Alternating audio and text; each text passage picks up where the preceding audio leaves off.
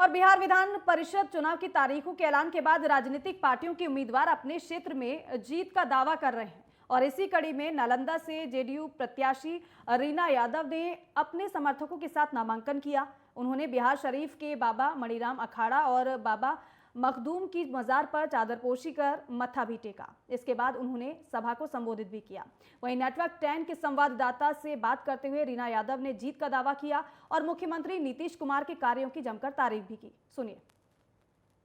का संबोधन होना चाहिए विधान परिषद में और जिस तरह से मुद्दों को उठाने की काबिलियत होनी चाहिए एक विधान परिषद के सदस्य के रूप में, तो उसमें उन्होंने मुझे अच्छा आंका और इसलिए उन्होंने फिर से मुझे उम्मीदवारी देने का इसलिए काबिलियत जो बात कर लीजिए, पूर्व में आपने राबड़ी देवी को मुंह तोड़ जवाब दिए थे, उसी काबिलियत को देखकर रीना यादव को फिर से टिकट दिया गया।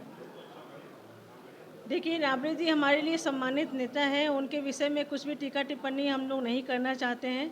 हाँ, लेकिन हम लोग ये ज़रूर कहना चाहते हैं कि हमारे माननीय मुख्यमंत्री जी ने बहुत सारी बेटियों को आरक्षण दे करके, बहुत सारी महिलाओं को आरक्षण दे करके 50% के साथ त्रिस्तरीय पंचायत प्रतिनिधि में उनका जो है चुनाव लड़ाने का काम किया। उनको विभिन्न पदों पर मुखिया पद, विधान पार्षद के सदस्य के रूप में और वार्ड सदस्य के रूप में, पंचायत समिति सदस्य के रूप में, जिला परिषद के सदस्य के रूप में, जिला परिषद के अध्यक्ष और उपाध्यक्ष के रूप में, नगर निगम में वार्ड काउंसलर के रूप में, उसके मेयर और उपमेयर के रूप में सीटों को आरक्षित करके उनको पदों से सुशोभित किया है।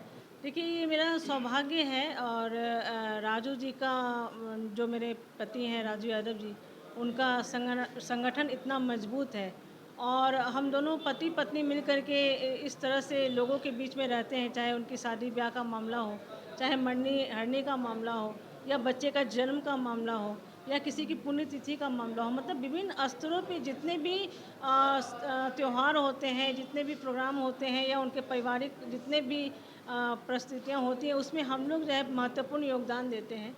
तो लोगों का ये अपना मत है कि लोग वो जानते हैं कि राजू यादव और रीना यादव ही वो शख्स है जो हमेशा मेरे सुख दुख में शामिल हो सकता है।